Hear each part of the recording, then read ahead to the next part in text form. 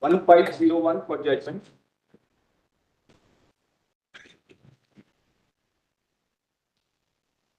I'll read out the essence of the judgment. There are three judgments of this court. One authored by the Chief Justice for himself, Justice Gavai and Justice Surya Kant. There is a concurring opinion authored by Justice Sanjay Kishan Kaul. Justice Sanjiv Khanna has concurred with both the judgments. The reference before the Constitution bench raises the following questions for determination. A, whether the provisions of Article 370 were temporary in nature or whether they acquired a status of permanence in the Constitution. B, whether the amendment to Article 367 and exercise of the power under Article 371D so as to substitute the reference to the Constituent Assembly of the State referred to in Clause 3 of Article 370 by the words Legislative Assembly of the State is constitutionally valid. C, whether the entire Constitution of India could have been applied to the state of Jammu and Kashmir in exercise of the power under Article 370, Clause 1, bracket D. D, whether the abrogation of Article 370 by the President in exercise of the power under Article 370, Clause 3 is constitutionally invalid in the absence of a recommendation of the Constituent Assembly of the State of Jammu and Kashmir as mandated by the proviso to Clause 3. E, whether the proclamation of the Governor dated 20 June 2018 in exercise of power conferred by Section 92 of the Constitution of Jammu and Kashmir and the subsequent exercise of power on 21 November 2018 under Section 53(2) of the Constitution of Jammu and Kashmir to dissolve the Legislative Assembly are constitutionally valid. F, whether the proclamation which was issued by the President of India under Article 356 of the Constitution on 19 December 2018 and the subsequent extensions are constitutionally valid. G, whether the Jammu and Kashmir Reorganization Act 2019, by which the state of Jammu and Kashmir was bifurcated into two union territories, the Union Territory of Jammu and Kashmir and the Union Territory of Ladakh is constitutionally valid, bearing in mind, 1, the first proviso to Article 3, which requires that a bill affecting the area, boundaries, or name of a state has to be referred to the legislature of the state for its views. And 2, the second proviso to Article 3, which requires the consent of the state legislature for increasing or diminishing the area of the state of Jammu and Kashmir, or altering the name of the boundary of the state before the introduction of the bill in Parliament. H, whether during the tenure of a proclamation under Article 356, and when the Legislative Assembly of the state is either dissolved or is in suspended animation, the status of the state of Jammu and Kashmir as a state under Article 13A of the Constitution and its conversion into a union territory under Article 13B constitutes a valid exercise of power. I'll now read out our conclusions under different heads. Whether the proclamation issued under Article 356 of the Constitution of India and Section 92 of the Constitution of Jammu and Kashmir is constitutionally valid.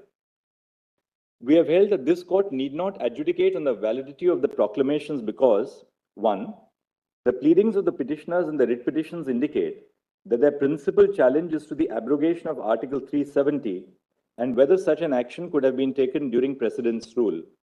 And 2, even if this court holds that the proclamation could not have been issued under Article 356, there would be no material relief which can be given in view of the fact that Precedent's rule was revoked in the state of Jammu and Kashmir on 31st October 2019.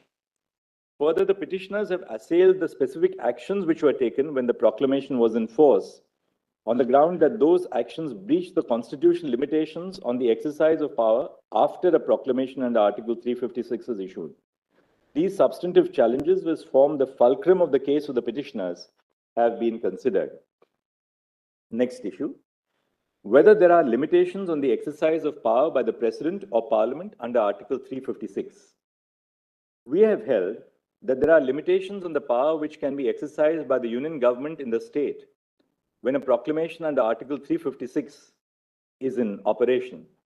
We have reached the conclusion on the following grounds. A, the majority in S.R. Bommai, the 9-judge bench decision, held that the actions taken by the President after issuing a proclamation are subject to judicial review. However, the learned judges adopted slight variations on the standard needed to be applied by the court to test the validity of the exercise of power by the President after the issuance of the proclamation. Justice Sawant applied the standard of whether the exercise of power was mala fide or palpably irrational. Justice Reddy observed that the advisability and necessity of the action must be borne in mind by the President. 2. This bench, sitting in a combination of 5 judges, is bound by the decision of the majority in S.R. Bommai on the issue. We also undertook a textual and purposive reading of Article 356 in particular and Part 18 as a whole. We hold that there are limitations on the power exercisable after a proclamation under Article 356 is issued. The following are our reasons. First, the thread that runs through Part 18 of the Constitution, when read as a whole, is that differing levels of executive and legislative power are required to handle an emergency under Article 352 and under Article 356. This principle applies to the exercise of power when a proclamation under Article 356 is in force. Second, Article 356(1) states that the President may, by a proclamation, assume or declare the powers stipulated in clauses A, B, and C of Article 356(1). The powers stipulated in clauses A, B, and C of Article 356(1) are not automatically invoked when a proclamation is issued under Article 356. Third, Article 356(1)A does not opt for an all or none formula. The phrase all or any does not indicate that the union government can exercise a part of the functions of the state government and the state government can exercise the remaining, because the suspension of the state government is an automatic consequence of the proclamation under Article 356.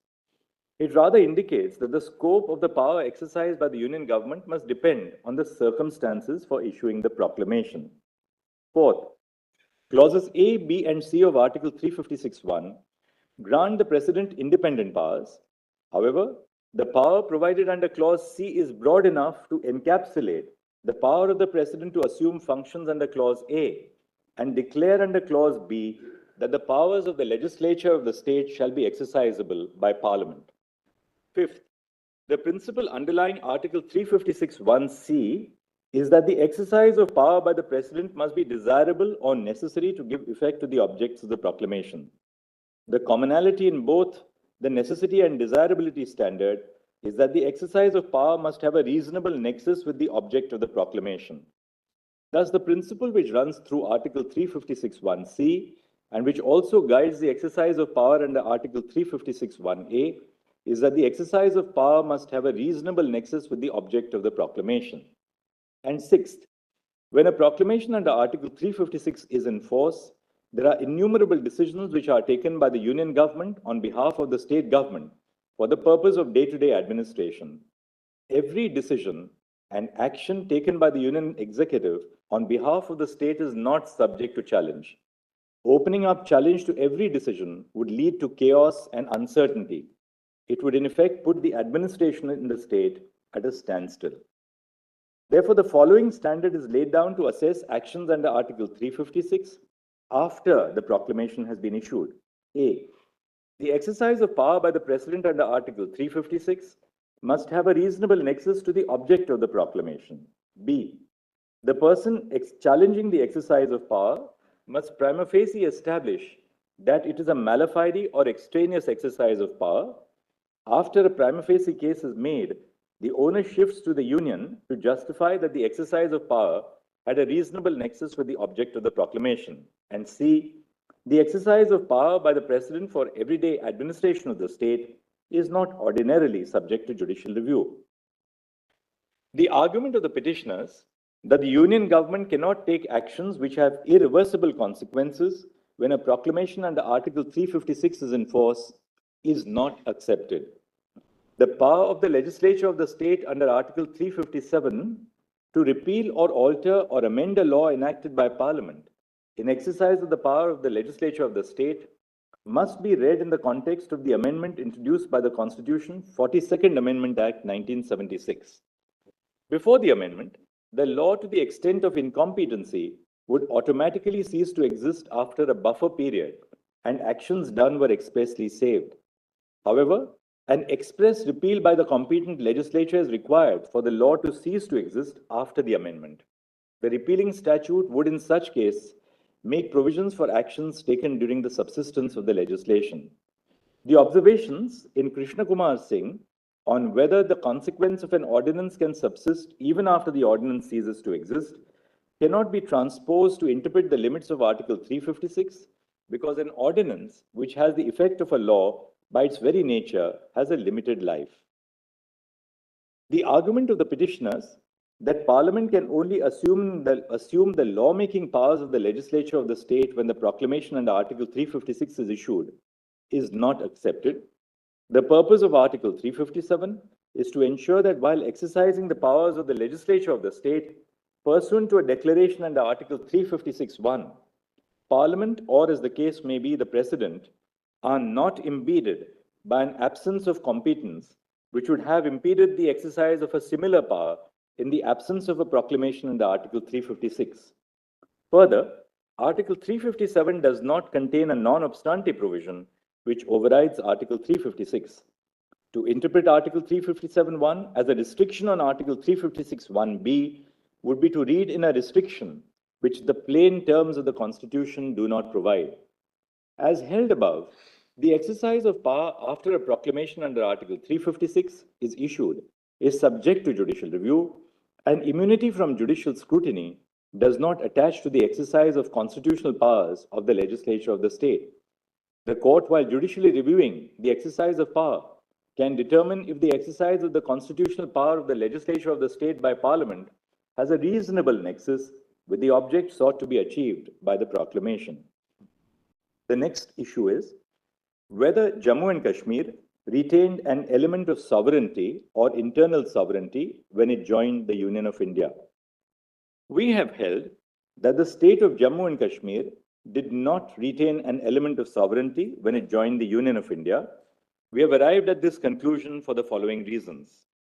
First, paragraph 8 of the instrument of accession executed by Maharaja Hari Singh provided that nothing in the instrument would affect the continuance of the sovereignty of the Maharaja in and over the state.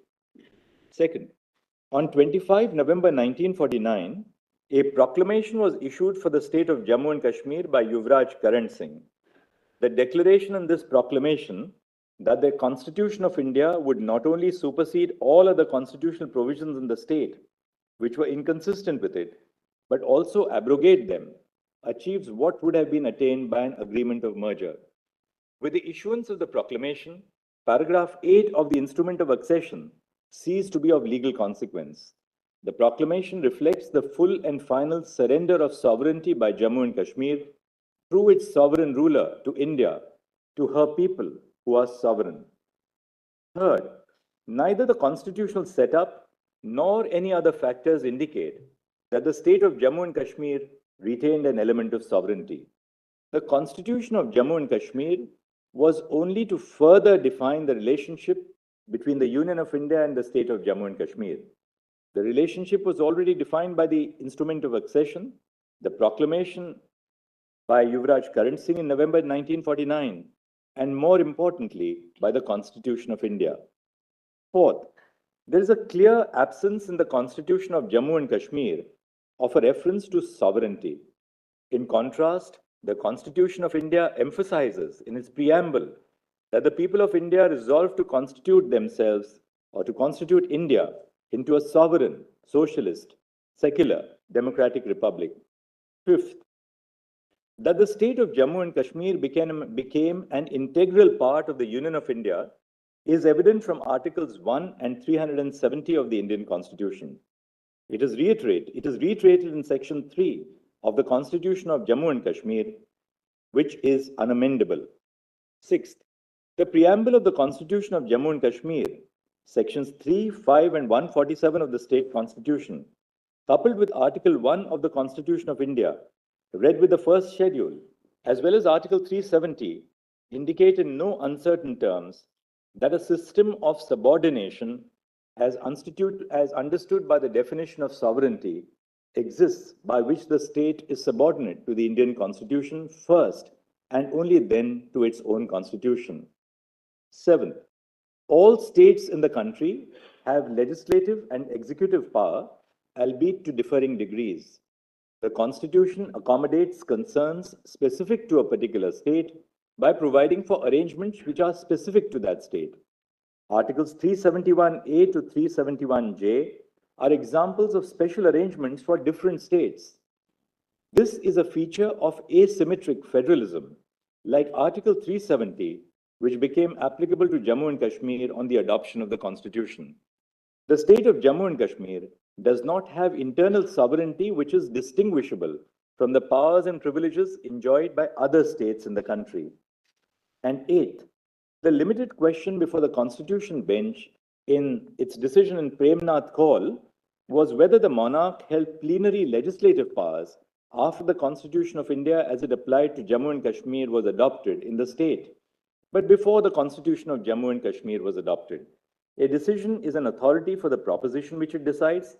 The question whether the state of Jammu and Kashmir retains sovereignty upon integration with the dominion of India did not arise in that case. The next issue which we have addressed is the challenge to Constitutional Order 273, CO 273. To answer this issue, we had to decide on two issues. One, whether Article 370 is a temporary provision, and two, the effect of the dissolution of the Constituent Assembly of Jammu and Kashmir on the scope of powers under Clause 3 of Article 370. We have held that Article 370 is a temporary provision on a reading of the historical context in which it was included. Article 370 was introduced to serve two purposes. First, the transitional purpose, to provide for an interim arrangement until the Constituent Assembly of the state was formed and could take a decision on the legislative competence of the Union on matters other than the ones stipulated in the instrument of accession and ratify the Constitution. And second, a temporary purpose, an interim arrangement in view of the special circumstances because of the war conditions in the state. See, we have held that a textual reading of Article 370 also indicates that it is a temporary provision. For this purpose, we have referred to the placement of the provision in Part 21 of the Constitution, which deals with temporary and transitional provisions, the marginal note to the provision, which states temporary provisions in respect to the state of Jammu and Kashmir, and a reading of Articles 370 and 1, by which the state became an integral part of India upon the adoption of the Constitution. D.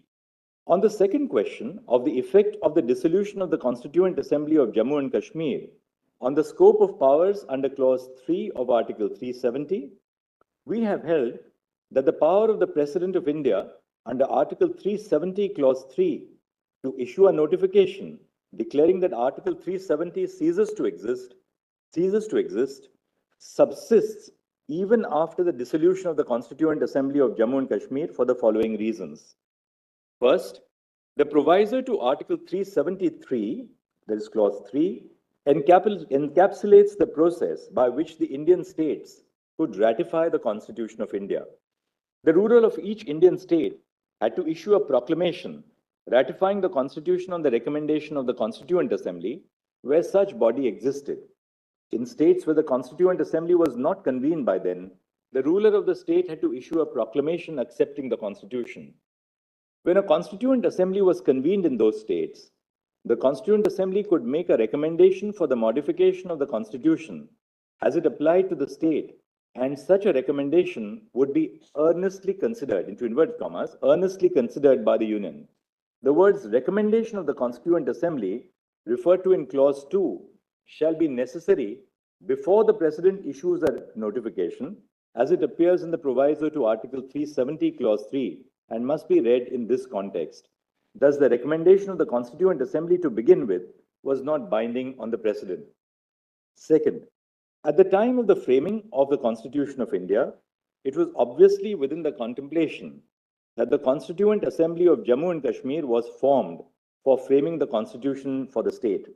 It was not intended to be a permanent body, but a body with a specific remit and purpose.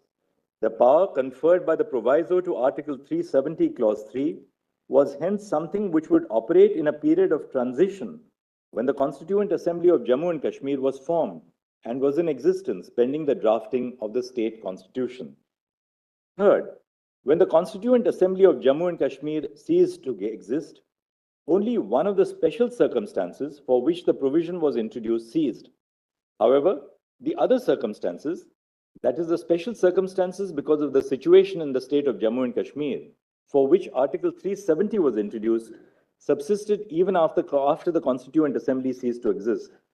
This is recognized by the judgment of the Constitution Bench in Sampat Prakash.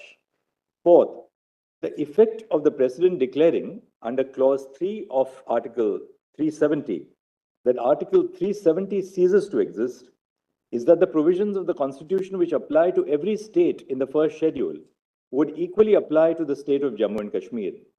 Articles 370(1)(d) and 370(3) were introduced with the purpose of enhancing constitutional integration and not for the disintegration. So, the power under Article 370(1)(d) and Article 370 Clause 3, even when exercised to its fullest extent, does not freeze the system of integration contemplated by Article 370, but is rather intended to enhance constitutional integration between the Union and the state of Jammu and Kashmir. Holding that the power under Article 370 Clause 3 cannot be exercised after the dissolution of the Constituent Assembly would lead to the freezing of the process of integration, contrary to the purpose of introducing the provision.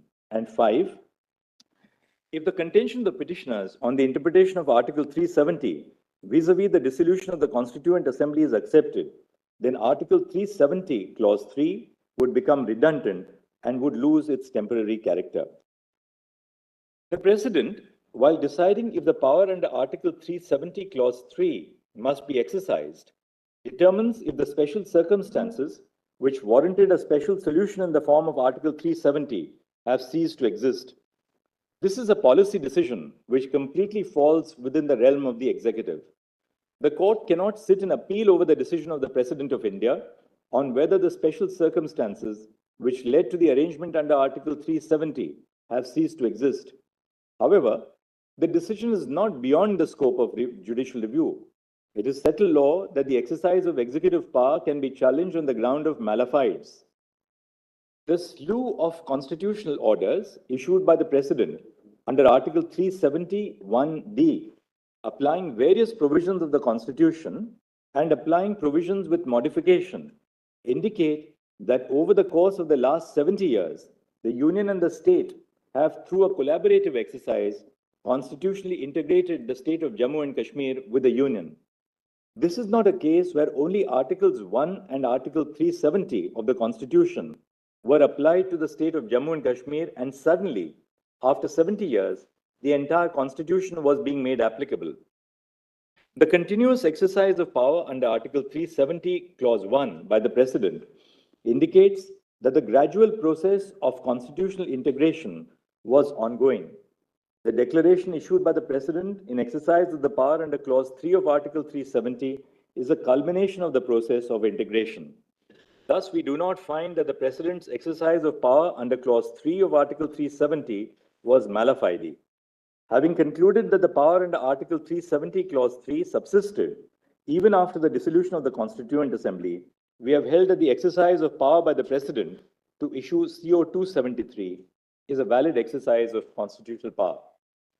The next issue is the challenge to CO 272 on the ground that the power under Article 371(d) cannot be issued to apply all the provisions of the Constitution to the state of Jammu and Kashmir.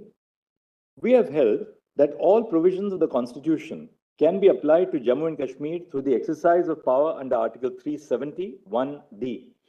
The power under Article 371(d) can be used to apply one provision, more than one provision, an entire part of the Constitution, or all the provisions of the Constitution, that is the entire Constitution. The provision does not make a distinction between one or all provisions of the Constitution. Non-application of mind cannot be claimed merely because CO 272 applies all provisions of the Constitution to Jammu and Kashmir in one go. The next issue is the challenge to CO 272 on the ground that the President could not have secured the concurrence of the Union government under the second proviso to Article 371(d). We hold that the President seeking the concurrence of the Union government instead of the government of the state to issue CO272 is not invalid because, first, the effect of applying all the provisions of the Constitution to the state of Jammu and Kashmir through the exercise of power under Article 371D is the same as an exercise of power under Article 370, Clause 3, notifying that Article 370 shall cease to exist. That is, all provisions of the Constitution of India will apply to the state of Jammu and Kashmir, except for the fact that the former can be reversed while the latter, namely under Clause 3, cannot. Second, consultation and collaboration between both the units will only be necessary where the application of the provisions of the Indian Constitution to the state would require amendments to the state constitution, because the purpose of the requirements of consultation and collaboration is for the smooth functioning of governance in the state and to ensure that the provisions of the Constitution of Jammu and Kashmir are not inconsistent with the provisions of the Constitution of India. Third, since the effect of applying all the provisions of the Constitution of Jammu and Kashmir, to Jammu and Kashmir through the exercise of the power under Article 371D is the same as issuing a notification under Article 370, Clause 3, which the President has the power to unilaterally issue, the principle of consultation and collaboration are not required to be followed. Fourth, the exercise of power is mala fide only if power was exercised with an intent to deceive. Deception can only be proved if the power which is otherwise unavailable to the authority or body is exercised, or if the power that is available is improperly exercised. Since the concurrence of the state government was not required for the exercise of power under Article 370(1)(d) to apply all provisions of the Constitution to the state, the President securing the concurrence of the Union of India on behalf of the state government is not mala fide. The next issue is the challenge to CO272 on the ground that it is ultra vires Article 371D because it modifies Article 370. We have held that the modification by CO272 to Article 367 as it applies to Jammu and Kashmir had the effect of amending Article 370 and is thus ultra vires Article 370(1)(d). We have reached this conclusion for the following reasons. First, recourse must be had to the procedure contemplated by Article 370, Clause 3, if Article 370 is to cease to operate or is to be amended or modified in its application to the state of Jammu and Kashmir. No other procedure may be utilized to amend Article 370. Second, the rule of interpretation that a power under a statute must be exercised in accordance with the provisions of that statute and in no other manner is undoubtedly applicable to the Constitution. Third, from precedent, including Shankari Prasad Singh, Sajjan Singh, Quixote Holohan, and Rajendra Shah, it emerges that the following aspects are of significance when assessing whether a change has been made to a provision of the Constitution. 1. A change may be either in terms of or in its effect. 2. A change can be said to have been made even if the language of the concerned provision is not directly amended by adding, subtracting, or modifying the language. This is a change in effect. And 3. If the effect of an amendment is to change a provision, such effect must be significant or appreciable. And 4. The substance of a change is more important than its form. Second, an assessment of whether a constitutional order amounts to a modification and consequently whether the procedure under Article 370, Clause 1 or under Article 370, Clause 3 ought to have been followed depends on this standard. Third, the effect of a provision of law is as important as its form. While the change sought to be made by paragraph 2 of CO272 may appear to be a modification or amendment of Article 367 at first blush, its effect is to amend Article 370 itself. CO272 changes the language to the proviso to Article 370, Clause 3 in two ways. First, it changes the recommending body from the Constituent Assembly to the Legislative Assembly. And second, it makes a new arrangement at variance with that specific Constituent Assembly. Both these changes are not insignificant because they modify the essential character of the proviso by substituting a particular type or kind of body with another type or kind entirely. Fourth, while the interpretation clause, namely Article 367, can be used to define or give meaning to particular terms, it cannot be deployed to amend a provision by bypassing the specific procedure laid down for its amendment. This would defeat the purpose of having a procedure for making an amendment to the Constitution of India. Fifth, the consequence of permitting amendments through the circuitous manner would be disastrous.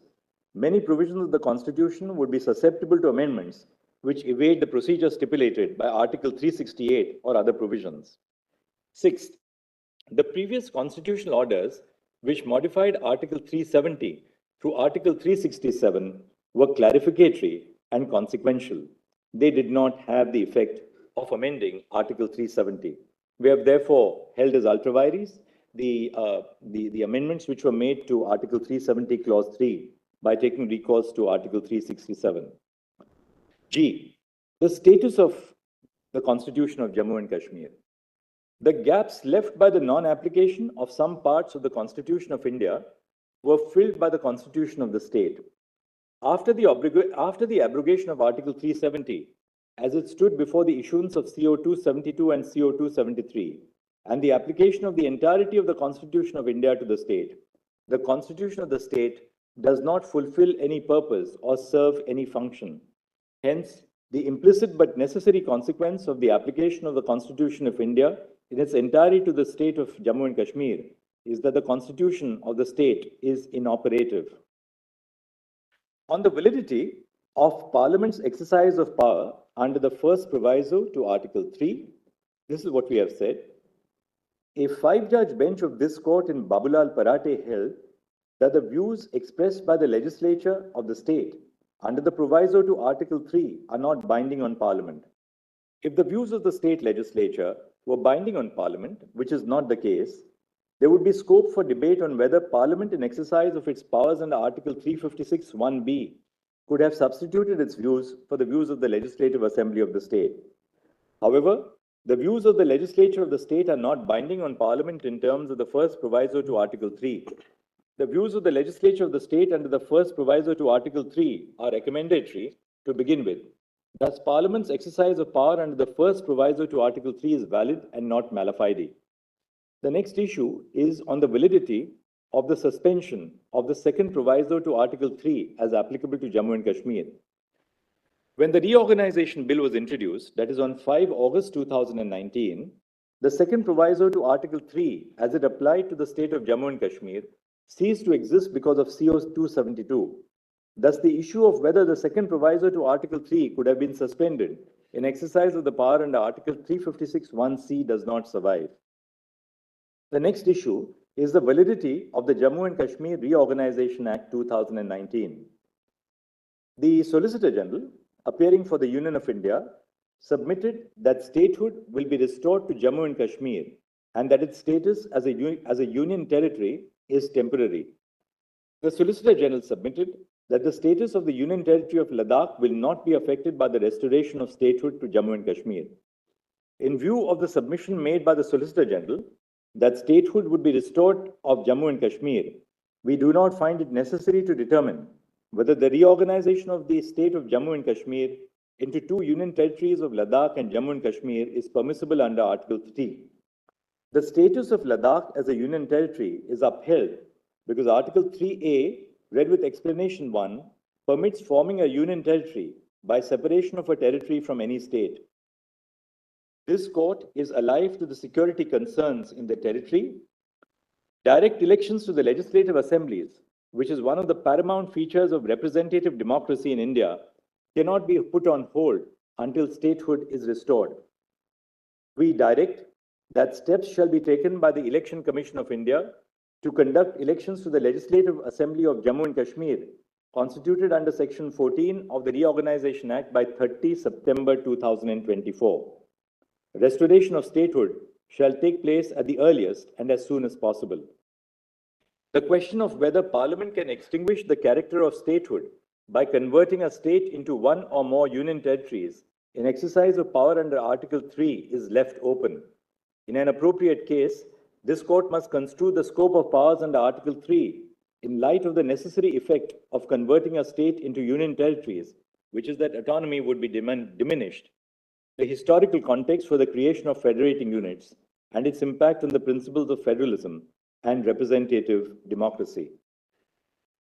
In view of the above discussion, the following are the conclusions. A. The state of Jammu and Kashmir does not retain any element of sovereignty after the execution of the instrument of accession and the issuance of the proclamation dated 25 November 1949, by which the Constitution of India was adopted. The state of Jammu and Kashmir does not have internal sovereignty, which is distinguishable from the powers and privileges enjoyed by other states in the country. Article 370 was a feature of asymmetric federalism and not sovereignty. B. The petitioners did not challenge the issuance of the proclamations under Section 92 of the Jammu and Kashmir Constitution and Article 356 of the Indian Constitution until the special status of Jammu and Kashmir was abrogated. The challenge to the proclamations does not merit adjudication because the principal challenge is to the actions which were taken after the proclamation was issued. C. The exercise of power by the President after the proclamation under Article 356 is issued is subject to judicial review. The exercise of power by the President must have a reasonable nexus with the object of the proclamation. The person challenging the exercise of power must prima facie establish that it is a mala fide or extraneous exercise of power. Once a prima facie case is made, the onus shifts to the Union to justify the exercise of such power. D. The power of Parliament under Article 356(1)(b) to exercise the powers of the legislature of the state cannot be restricted to lawmaking power, thereby excluding non-lawmaking power of the legislature of the state. Such an interpretation would amount to reading in a limitation into the provision contrary to the text of the article. E. It can be garnered from the historical context for the inclusion of Article 370 and the placement of Article 370 in Part 21 of the Constitution that it is a temporary provision. F. The power under Article 370, Clause 3 did not cease to exist upon the dissolution of the Constituent Assembly of Jammu and Kashmir. When the Constituent Assembly was dissolved, only the transitional power recognized in the proviso to Article 370, Clause 3, which empowered the Constituent Assembly to make its recommendations, ceased to exist. It did not affect the power held by the President under Article 370, Clause 3. G. Article 370 cannot be amended by exercise of power under Article 370(1)(d). Recourse must have been taken to the procedure contemplated by Article 370, Clause 3, if Article 370 is to cease to operate or is to be amended or modified in its application to the state of Jammu and Kashmir.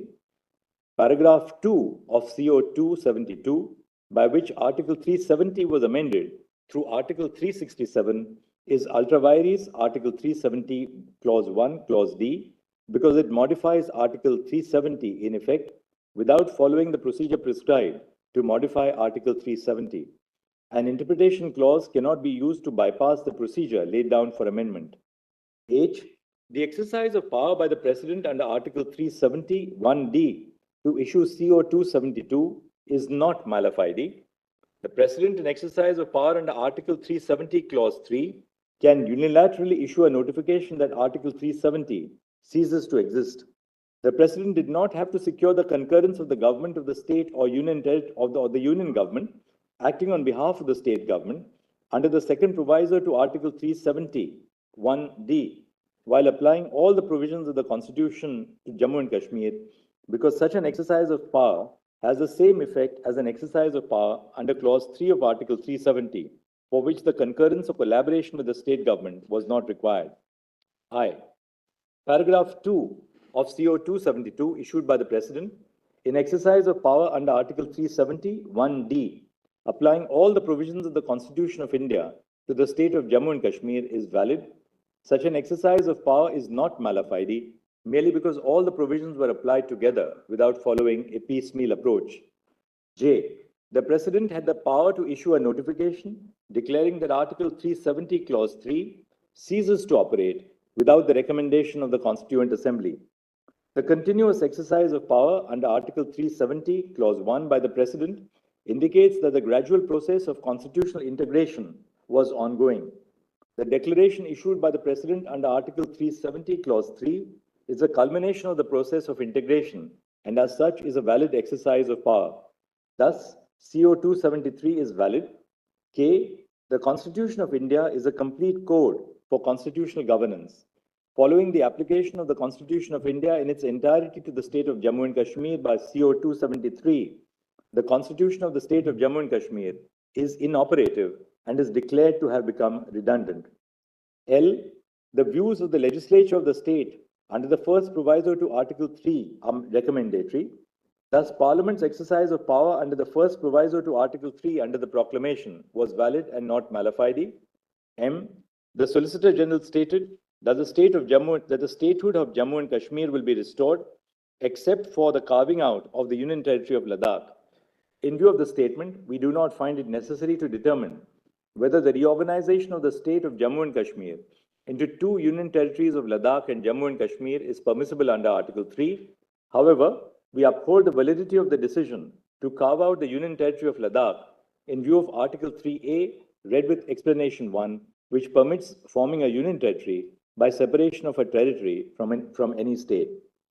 And we direct that steps shall be taken by the Election Commission of India to conduct elections to the Legislative Assembly of Jammu and Kashmir, constituted under Section 14 of the Reorganization Act by 30 September 2024. The restoration of statehood shall take place at the earliest and as soon as possible.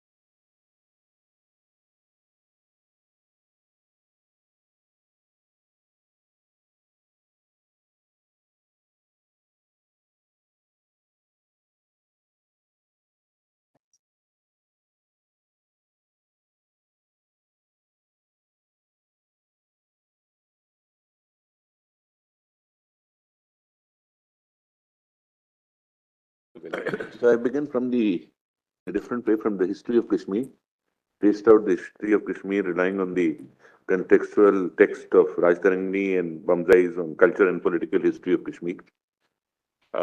Thereafter, I proceeded to analyze the circumstances in which Jammu and Kashmir Constitution Act of 1939 came into being, and then considered the submissions under different heads.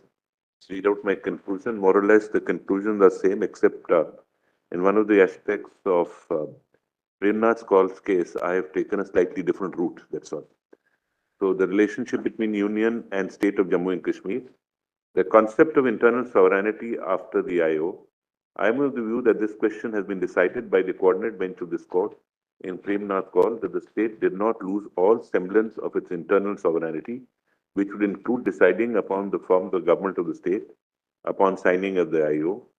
The distinguishing feature as compared to the other states was that a slightly different path was followed for the accession of state of Jammu and Kashmir by recognizing the Constituent Assembly to be formed for the state.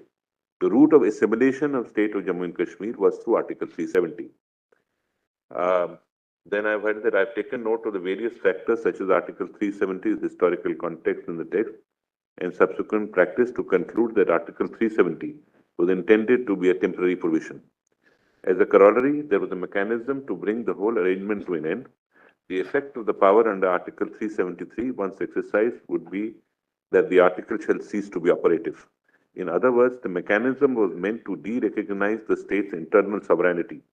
Thus, the exercise of power under Article 373 meant that for purposes of the Constitution of India, only the Constitution of India would apply to the Jammu and Kashmir and not any other constitution, that is the Constitution of Jammu and Kashmir. The purpose, then on Article 373, I have said, the purpose of the Constituent Assembly was to draft a constitution for the governance of the state. On the other hand, the purpose of Article 370, as noted above, was to slowly bring Jammu and Kashmir on par with the states in India. It can hardly be contended that the second and in some ways a larger purpose would be effected by the fulfillment of the first.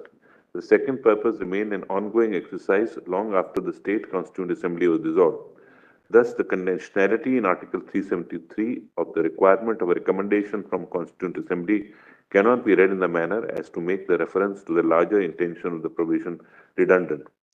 B. The next question is to determine what process is to be followed by the President to exercise the power under Article 373. The President can exercise this power under Subclause 3 without a recommendation from the Jammu and Kashmir Constituent Assembly.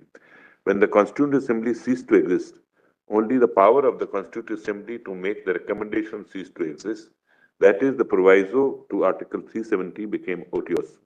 The main provision, which is the President's power to issue a declaration, continues to exist. C. Now coming to the impugned action, first the amendment of Article 373 through the route of Article 367 was invalid. When a methodology has been provided, that methodology would have to be followed and an amendment through the back door would be impossible. D. Concurrence with the government of the state was not necessary to apply all provisions of the Constitution of India to the state. Although Article 371D requires concurrence with government of the state, in this case, the governor of the state had dissolved the Legislative Assembly of the state. There were no council of ministers, and the president had reduced to himself all functions of the government of the state under the 2018 proclamation as extended. Then on the exercise of power under Article 356 were permissible while issuing COs 272 and 273. Article 356 can be imposed once the Legislative Assembly has been dissolved, particularly since Section 92 of the Jammu and Kashmir Constitution limited the governor's role to 6 months without any scope to extend. This imposition was predicated on the failure of the constitutional machinery, which really took place prior to the government's rules. Then B, Article 356 permits the President to make irreversible changes. Both Sanjay and Reddy J and S.R. Momai recognize that irreversible actions in this case, the de-operationalization of Article 370 is permitted if the proclamation had been approved by the Parliament prior to such irreversible action. C. The President reserves both legislative and non-legislative powers after the proclamation of emergency. Though Article 356 is continuance of Article 356, the former does not stipulate any bar or restriction on the Union Parliament or the President to exercise non-legislative power of the state legislature. And I've dealt with the challenge to Section 3 and 4 of the Jammu and Kashmir Reorganization Act.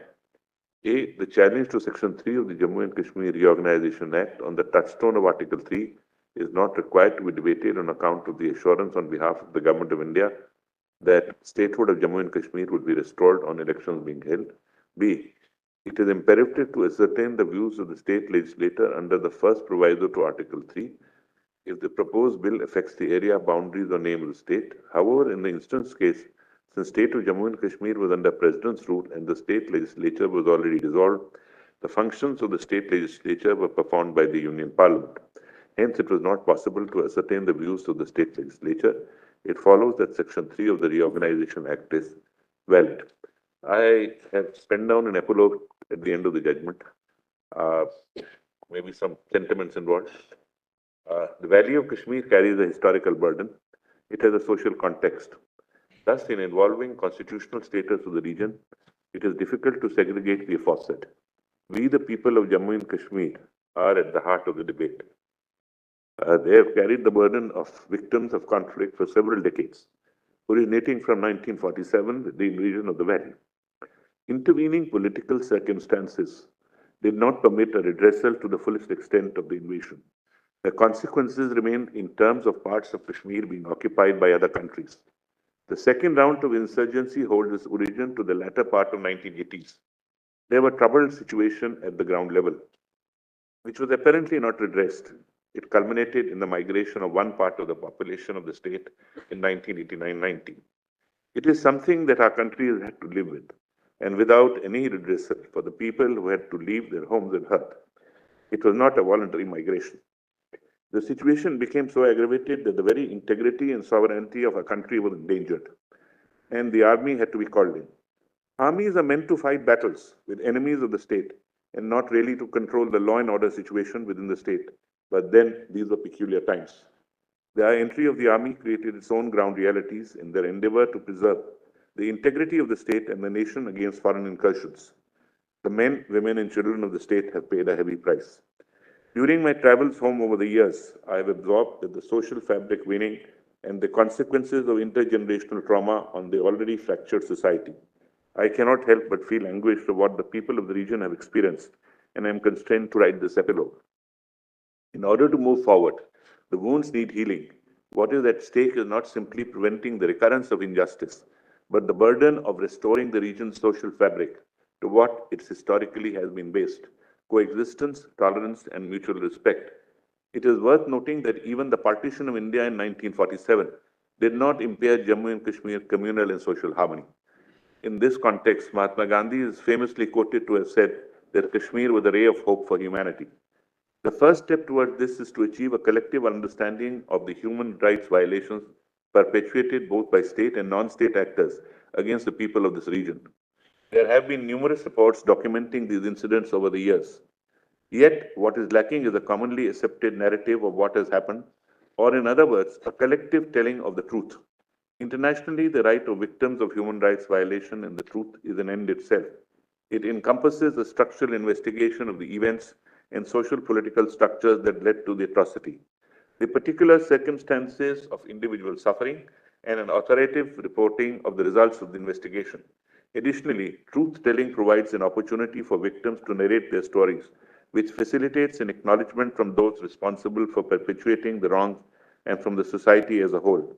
This paves the way for reconciliation. While there are different ways of achieving these objectives, Truth and Reconciliation Commissions have been particularly effective globally.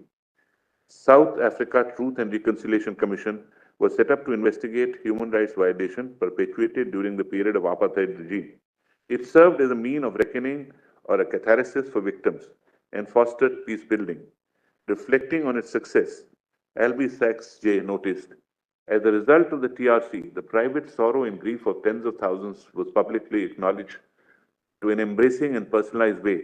Another form of acknowledgement emerged from perpetrators themselves. They had to come forward openly in front of the television cameras, owning up their crimes. Finally, there was acknowledgement by the whole country that these things have happened and can happen again, that we needed to fit all these facts together in some kind of significant pattern, which would enable us to understand their genesis and do what we could do to minimize any possibility of their reoccurrence. In the past, calls for setting up of Truth and Reconciliation Commissions have also been echoed by different sections of the Valley. In view of the inroads made globally and indigenous requests for truth and reconciliation, I recommend the setting up of an impartial Truth and Reconciliation Commission. The Commission will investigate and report on the violation of human rights both by the state and non-state actors perpetrated in the Jammu and Kashmir at least since 1980s and recommend measures for reconciliation. The Commission should be set up expeditiously before memory escapes. The exercise should be time-bound. There is already an entire generation of youth that has grown up with a feeling of distrust, and it is to them that we owe the greatest day of reparation. At the same time, considering the significance of the matter and under sensitivities involved, it is my view that it is for the government to devise the manner in which it should be set up and to determine the best way forward for the Commission. I am alive to the challenges of recommending of the setting up of the Truth and Reconciliation is beyond the realm of the court. However, I am of the view that transitional justice and its constituents are facets of transformative constitutionalism. Globally, constitutionalism has evolved to encompass responsibility of both state and non-state actors with respect to human rights violations. This includes the duty to take reasonable steps to carry out investigation of violations. It is this context that the proposed Truth and Reconciliation Commission accords with constitutionalism. Our Constitution is no different and is designed to ensure that courts offer justice in situations where fundamental rights have been violated. In doing justice historically, our courts have been sensitive to the social demands of our polity and have offered flexible remedies. In Vishaka and others versus the state of Rajasthan, this court issued guidelines to address the workplace sexual harassment in the absence of an enacted law, which operated until the Parliament enacted the Sexual Harassment of Women Act. As a word of caution, the Commission, once constituted, should not turn into a criminal court and must instead follow a humanized and a personalized process, enabling people to share what they have been through uninhibitedly. It should be based on a dialogue, allowing for different viewpoints and inputs from all sides. In this context of South Africa's Truth and Reconciliation Commission, Hon'ble Sachs observed, "Judges do not cry. Archbishop Tutu cried. It was not a court of law in the sense of an austere institution making a highly formalized finding. It was an intensely human and personalized body there to hear in an appropriately dignified setting up what people had been through. There were comforters sitting next to the witnesses. In a court of law, no one is there to help the witness, to pat the shoulder or provide water or tissues when the person weeps.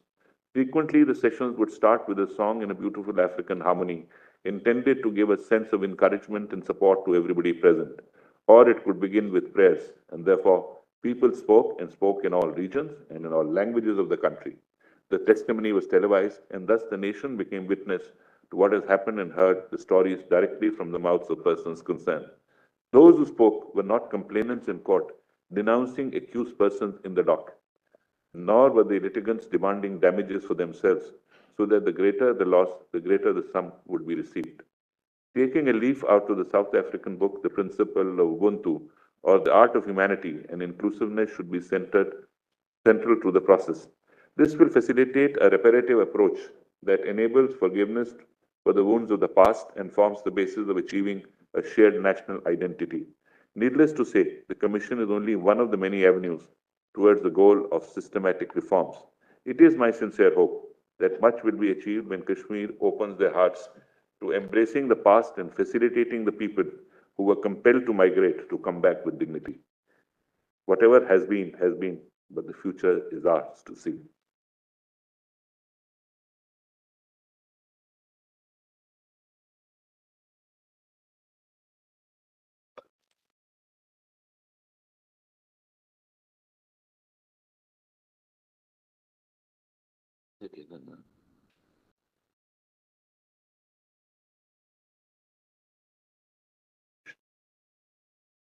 A judgment is a decision which gives reasons to arrive at and reach a conclusion. By that stretch, my order is not a judgment. We have only two judgments.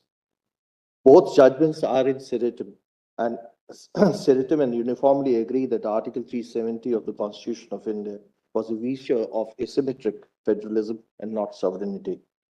Article 370 was enacted as a temporary provision and did not have a permanent character. The abrogation of Article 370 does not negate the federal structure, as citizens living in Jammu and Kashmir do and will enjoy the same status and rights as given to citizens residing in other parts of the country.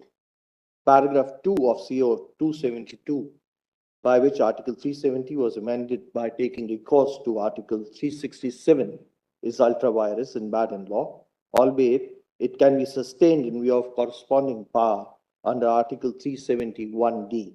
More importantly, Article 370 has been made inoperative in terms of Clause 3 to Article 370. Lastly, CO 373 is valid. I have agreed with what Justice Chandrachud has said, Chief Justice has said with regard to Article 356 of the Constitution of India. I have also made reference to Rameshwar Prasad and others versus Union of India and others, with which I respectfully agree. I also agree with the conclusions recorded by Dr. DY Chandrachud, taking record of the statement made on behalf of the Union of India for restoration of the statehood of Union Territory of Jammu and Kashmir while upholding creation of Union Territory of Ladakh. Then I have agreed with Justice Kaul with regard to interpretation on Article 370, Clause 3.